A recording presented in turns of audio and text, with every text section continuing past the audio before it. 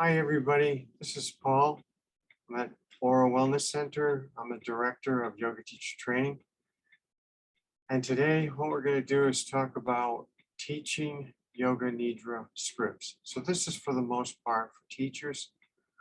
Um, However, if you are a practitioner and you're just practicing Yoga Nidra, this may be of use to you as well, because if you're going through a script and you've been at it for a while, you probably want to focus on a few things to improve your practice.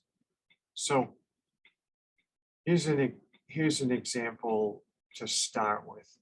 What in the world am I talking about when I say scripts? Some people don't understand what I'm saying. Okay, a script is actually the lesson plan.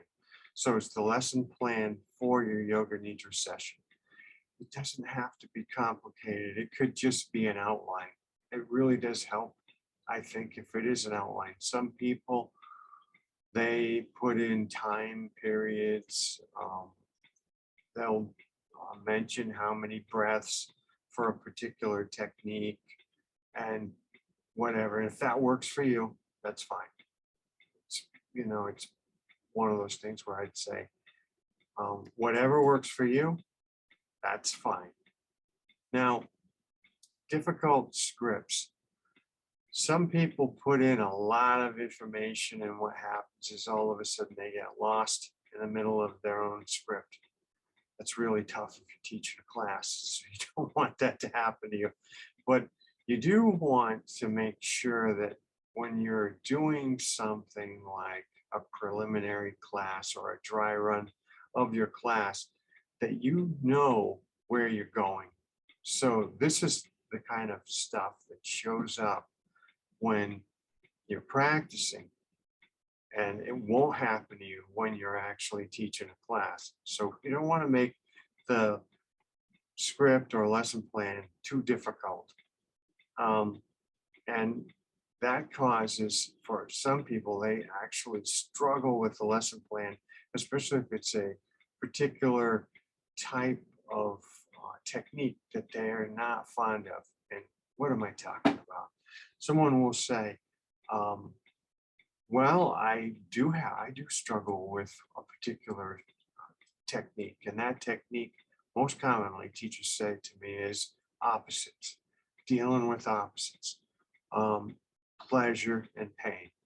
Okay, let's say it's my wrist, and my wrist is in pain. I've got arthritis, um, and I'm dealing with focusing on my wrist feeling better. And then I'm also dealing with the reality that my wrist in the beginning of the session didn't feel better. It actually didn't feel good at all. So it really does depend on the, you know, subject that you pick. But I'll put it to you this way. The wrist was one example I threw out. It could be pain anywhere. It could be emotional problems. It could be something that's causing trauma from the past. So all of these things, people deal with them, and some people don't deal with them well. And my own honest opinion is, why should we tackle techniques like this, especially if we're going to guide students? Why do I want to guide my students? Say I'm a trail guide and we're going up a mountain and we're going back down a mountain. Why do I want to guide them over an edge where 1 out of 4 people don't make it? Of course, that's not part of the routine. So why would you? It's one of those things where if something doesn't work for you, it's probably not going to work for the students that you bring into class either. So you want to make sure you're on familiar ground. And I know a lot of you don't fish, but here's an example. They have guides. There are fishing guides that know exactly where to go to catch particular types of fish. If I'm, say, looking to fish for bass, These guides might know exactly where the big bass are. If I'm a catch and release fisherman, they might say, oh, I'll show you anything because you're not keeping anything. You know, what happens is a lot of times somebody has a photograph and they're holding up a bass and that's it. And they put them back in. Now that I've completely distracted you from yoga entirely and talked about bass fishing, I'm just going to say that what kind of a guide would I be if I take you onto a lake and show you all these beautiful places where you don't catch bass? The reason why I would have had that job as a guide is because I take you to places where you do catch fish. And the same thing that happens in our classes. The best teachers guide students toward the best and most successful experiences as far as Yoga Nidra go.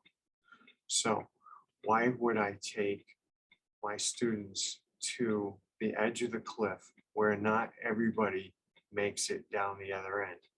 So it's just one of those things. Familiar territory where you know this works out well. And I know what to do if somebody runs into trouble. I can tell them, I can explain to them what the problem is and how to get around it. So that's another thing. So when we're teaching or when we're practicing, there's no harm in running up against the struggle, but we don't want to guide our students into that intentionally, and we don't want to take our students to places where we know there's a lot of difficulty. With that in mind, I wish you farewell. Namaste.